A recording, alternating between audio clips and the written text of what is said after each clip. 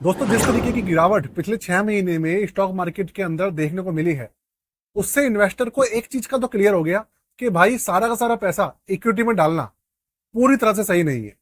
Small caps mid caps के चक्कर में सारा का सारा पैसा मैक्सिमम लोग करते क्या है, स्मॉल कैप्स और मिड कैप्स में डाल देते हैं। उसके बाद जब मार्केट के अंदर गिरावट आती है तो उनको एहसास होता है कि भाई डाइवर्सिफिकेशन नाम की भी कोई चीज होती है। और इसी डाइवर्सिफिकेशन के चक्कर में आजकल ना एक ऐसी चीज निकल के आई है जिसके अंदर लोग काफी ज्यादा इन्वेस्ट कर रहे हैं और उसके बारे में काफी जानना चाहते हैं। जी हाँ, मैं बात कर रहा हूं गोल्ड। गोल्ड के अंदर इन्वेस्ट करने के अभी तक मैक्सिमम 4 मेथड है हमारे पास। अगर आप इंडिया के अंदर कहीं पर भी इन्वेस्ट करते हैं तो मेजरली आपको ये 4 मेथड ही मिलेंगे। आज बात करने वाला हूं मैं इन 4 मेथड्स की, इनके प्रोस की बात करूंगा, इनके कॉन्स की बात करूंगा और कौन सा बेस्ट तरीका आपको लगा ये मुझे आप जरूर बताइएगा। मैं भी आपको एक हिंट तो दूंगा, लेकिन आप मुझे जरूर बताइएगा कमेंट करके कि आपके लिए, आपकी नजर में सबसे बेस्ट तरीका कौन सा है। कमेंट बॉक्स के अंदर मुझे जरूर बताइए। तो शुरू करते हैं आज की वीडियो को। देखिए, मेरा नाम है तरुण गोला और स्वागत करता हूं मेरे चैनल दी एक्टिव तरुण में।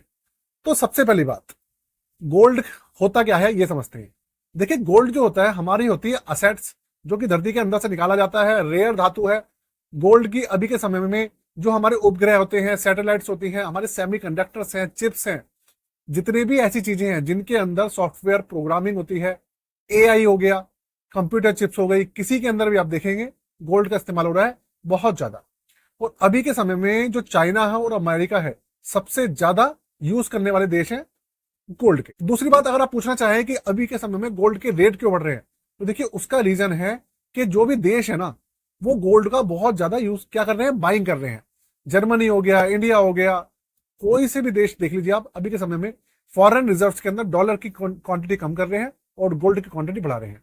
रीजन, जो डॉलर के अंदर जो लोगों का विश्वास है ना, वो कम होता जा रहा है। तो इसी वजह से जो गोल्ड के प्राइस हैं आपको ज्यादा इंक्रीज होते हुए दिख रहे हैं। दूसरी बात, अब मैं बात करता हूं उन मेथड्स की जिन मेथड्स के थ्रू आप गोल्ड्स के अंदर चेक कर सकते हैं। और इंडिया के अंदर मैक्सिमम यही मेथड्स होते हैं गोल्ड के अंदर अगर कोई इन्वेस्ट करता है। सबसे पहला मेथड जो कि है हमारा, जो हमारा आप कह लीजिए जो ट्रेडिशनल तरीका है ना हमारा, वो मेथड नंबर 1 जो कि है हमारा ट्रेडिशनल तरीका, और पिछले हजारों सालों से यही तरीका यूज हो रहा है, जो कि है फिजिकल गोल्ड खरीदना। आप भले ही सिक्के के फॉर्म में खरीदें, भले ही आप किसी ज्वेलर से खरीदें, मतलब अगर आप फिजिकल गोल्ड खरीदते हैं तो इसके प्रोस और कॉन्स की मैं आपको बता देता हूं अभी के समय में। देखिए, सबसे पहली बात, अगर आप डिजिटल गोल्ड की बजाय अगर आप फिजिकल गोल्ड खरीदते हैं तो होगा ये। देखिए, फिजिकल गोल्ड की 2 तरीके से खरीदा जाता है। एक तो है आपका कि भैया आप उसको यूज करने के लिए, पहनने के लिए या गिफ्ट करने के लिए खरीद रहे हैं। अगर आप पहनने के लिए, यूज करने के लिए या गिफ्ट करने के लिए खरीद रहे हैं तो भाई ये एक्सेप्शन है। इन्वेस्टमेंट के, अगर मैं बात कर रहा हूँ सिर्फ और सिर्फ इन्वेस्टमेंट की, तो अगर इन्वेस्टमेंट करने के लिए आप फिजिकल गोल्ड खरीद रहे हैं तो उसके अंदर सबसे बड़ी जो प्रॉब्लम आती है, एक आती है आपको उसकी सिक्योरिटी की, कि भाई आपको उसकी सिक्योरिटी के लिए या तो कोई लॉकर खरीदना पड़ेगा या आप अपने घर में रखते हैं। अगर घर में रखते हैं तो आपको हमेशा से रिस्क रहेगा कि भाई आपका गोल्ड जो है कहीं चोरी ना हो जाए, खो ना जाए। दूसरी बात, फिजिकल गोल्ड्स के अंदर जब भी आप खरीदते हैं तो आपको मेकिंग चार्ज देने पड़ते हैं, वो है कम से कम 10 से लेकर 15%। अभी के समय में अगर आप कहीं पर भी जाएंगे, कोई लोकल शॉप है, बड़ी कोई अच्छी ज्वेलरी की दुकान है, वहां पर भी कम से कम 10 से लेकर 15% का आपको मेकिंग चार्ज तो देना ही देना। तीसरा, जब आप उसको बेचने जाएंगे तो भैया वहां पे होगा क्या, वहां पर कई बार कटिंग भी होती है। अगर आप जो हमारा नॉन हॉलमार्क ज्वेलर से अगर आप ज्वेलरी खरीदते हैं तो उसके अंदर आपको पता है ज्वेलर के पास बेचने जाएंगे तो वो कटिंग भी करते हैं, उसके टाके काटेंगे, उसके ऊपर जो दूसरी चीजें होती हैं, जो उसके ऊपर पॉलिश लगी होती है उसको काटेंगे। इन सब चीजों का नुकसान होता है। साथ में आपको जो नुकसान रहेगा वो रहेगा प्योरिटी का। आपको बताएंगे 22 कैरेट, आपको दे सकते हैं 20 कैरेट, आपको बताएंगे 20 कैरेट, देंगे 18 कैरेट। तो देखिए, इन सब तरीकों के इशू आते हैं। तो इसका मतलब ये है कि भैया कभी भी अगर आप गोल्ड के अंदर इन्वेस्ट करना चाहते हैं तो फिजिकल गोल्ड खरीदना सबसे बड़ी मूर्खता है अभी के समय में। अगर आप पहनना चाहते हैं, यूज करना चाहते हैं, तो भाई वो सब चीजें अलग है। अब दूसरा हमारा तरीका जो है वो है भाई हमारा डिजिटल गोल्ड, कि आप डिजिटल गोल्ड के अंदर इन्वेस्ट करते हैं। अब डिजिटल गोल्ड के अंदर बहुत सारी एप्स आ रही है हमारी, अब मैं नाम नहीं लूंगा किसी स्पेसिफिक ऐप का, लेकिन जितने भी हमारी यूपीआई वाली ऐप है, आप समझ गए होंगे मैं यूपीआई की बात कर रहा हूं।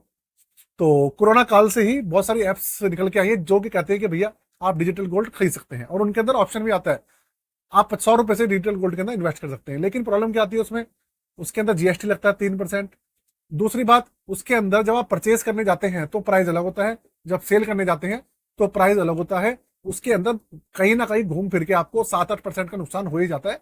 मेकिंग चार्जेस कहीं ना कहीं उसके अंदर भी होते ही हैं। और दूसरी बात, सबसे बड़ी प्रॉब्लम है मुझे सुरक्षा की।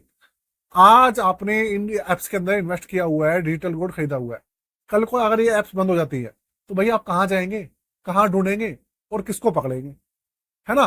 तो इन सब चीजों की बहुत ज्यादा प्रॉब्लम। अब जो तीसरा ऑप्शन हमारा निकल के आता है वो आता है SGB, सवर्नियर गोल्ड बॉन्ड्स। आपने इसका नाम जरूर सुना होगा, जो कि भारत सरकार द्वारा, RBI के द्वारा समय समय पर निकाला जाता है।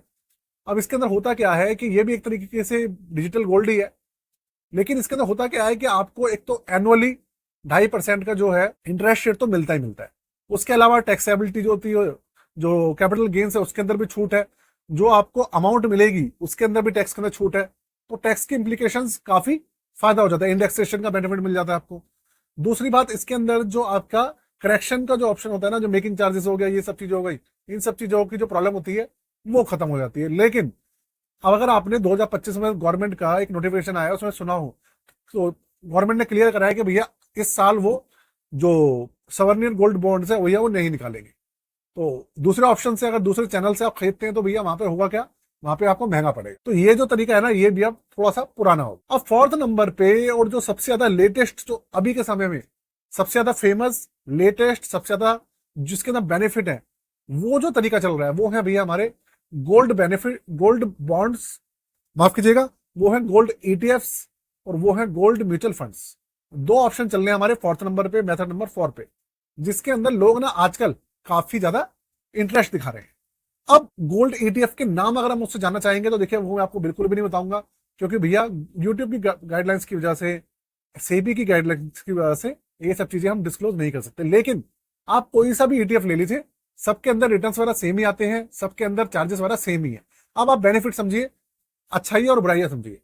देखिए ETF के बारे में अगर आपको नहीं पता तो मैं बता देता हूँ। ETF आपका एक तरीके से स्टॉक की तरह हो, तो एक्सचेंज ट्रेडेड फंड इसको हम शॉर्ट में कहते हैं। अगर आप इसको कहीं भी लेना चाहते हैं, इसमें इन्वेस्ट करना चाहते हैं, तो आपको इसके लिए डीमैट अकाउंट की जरूरत पड़ेगी। इसके लिए आपको खरीदना पड़ेगा इसको, जैसे स्टॉक खरीदते हैं हम स्टॉक मार्केट से, ऐसे खरीदना पड़ेगा। अब इसके अंदर बहुत सारी कंपनीज है, जैसे कि आपका HDFC है, SBI है, टाटा है, निप्पॉन है, बहुत सारी कंपनीज है। इसके अंदर करीबन करीबन आप मान लीजिए 25 से 30 कंपनी है अलग अलग, जो देश की प्रसिद्ध कंपनीज है वो भी इसके अंदर है। तो उनके अलग अलग ETFs आते हैं, उनके अलग अलग म्यूचुअल फंड्स की स्कीम्स भी आती हैं। अब होता क्या है, भले ही मैं आपको एक चीज, एक कॉन्सेप्ट क्लियर कर देता हूं कि अगर आप ETF के अंदर इन्वेस्ट करते हैं या आप गोल्ड ETF के अंदर करें या गोल्ड म्यूचुअल फंड में करें, रिटर्न्स आपके सेम ही रहते हैं। इस चीज का आप हमेशा ध्यान रखिए, क्योंकि ये गोल्ड ETF और गोल्ड म्यूचुअल फंड्स दोनों लिंक होते हैं डोमेस्टिक प्राइस ऑफ गोल्ड से। तो डोमेस्टिक प्राइस ऑफ गोल्ड से लिंक होते हैं, तो जितना जितना प्राइस बढ़ता है उतना ही वो इंक्रीज होता है, मतलब फ्लक्चुएशन बिल्कुल भी नहीं होती। बस आपको जो माइनस का डिफरेंस मिलेगा ना, वो मिलेगा। अब मैं आपको बता देता हूँ रिटर्न्स के अंदर कितना डिफरेंस होता है। वो होता है 10 पैसे का डिफरेंस, 20 पैसे का डिफरेंस, 5 पैसे का डिफरेंस, 4 पैसे का डिफरेंस। जी हाँ, 0.40%, 0.04%, 0.20%, इस तरीके का डिफरेंस होता है रिटर्न्स में, बस अलग अलग कंपनीज के रिटर्न्स पे। आप कोई सी भी स्कीम चुनेंगे, कोई सा भी कंपनी ले लीजिए, सब आपको सेम ही रिटर्न देगी। बस एक्सपेंसिव रेशियो जो होते हैं उसकी वजह से जो इनके जो रिटर्न्स है वो कम ज्यादा होते हैं। अगर कोई कंपनी ज्यादा ETF के अंदर ज्यादा एक्सपेंसिव रेशियो लगा रही है, या म्यूचुअल फंड की स्कीम में ज्यादा इंटरेस्ट जो एक्सपेंसिव रेशियो लगा रही है, तो आपके रिटर्न हल्के से कम हो जाएंगे। अगर वो कम लगा रही है तो आपको रिटर्न ज्यादा मिलेंगे।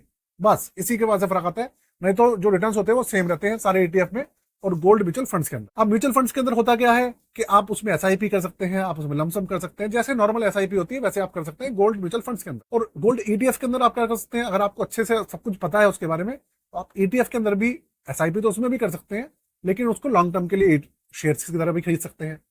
तो उसके अंदर फायदा यह है कि एक तो आपको कोई मेकिंग चार्ज नहीं देना, कोई सिक्योरिटी की प्रॉब्लम नहीं है, कोई आपको घर के अंदर उसको नहीं रखना, कोई आपको कटिंग नहीं करनी, कोई आपको पॉलिश के चार्जेस नहीं देने, किसी भी तरीके के चार्जेस नहीं है, GST का कोई इंप्लीकेशन नहीं है, कोई भी प्रॉब्लम नहीं है। अब बात करें टैक्सेस की, देखिए टैक्सेस उसके अंदर लगते हैं जो नॉर्मल आपका जो टैक्स स्लैब चल रही है, न्यू रिजिम ले लीजिए, ओल्ड रिजिम ले लीजिए, उसी के हिसाब से उसके अंदर टैक्स स्लैब लगती है जब भी आप सेल करते हैं। तो अभी के समय में ETF के अंदर बहुत ज्यादा लोग बढ़ चढ़ के हिस्सा ले रहे हैं। अगर आप ETF के बारे में जानना चाहते हैं, गोल्ड ETFs के बारे में, तो मेरे चैनल पे आप गोल्ड ईटीएफ लिख के सर्च करिए, जितने भी ईटीएफ्स हैं, मेजर जितने भी हैं, सबके नाम निकल के आएंगे। गोल्ड म्यूचुअल, अगर गोल्ड ईटीएफ के साथ में आप गोल्ड फंड लिखेंगे तो गोल्ड फंड्स का भी रिव्यू आएगा। आपको एक एक फंड का और एक एक ईटीएफ का रिव्यू मिल जाएगा मेरे चैनल पे, जाके चेक कीजिएगा, सर्च कीजिएगा। और चैनल को अभी तक सब्सक्राइब नहीं करा है तो प्लीज चैनल को सब्सक्राइब करना बिल्कुल भी मत भूलिएगा।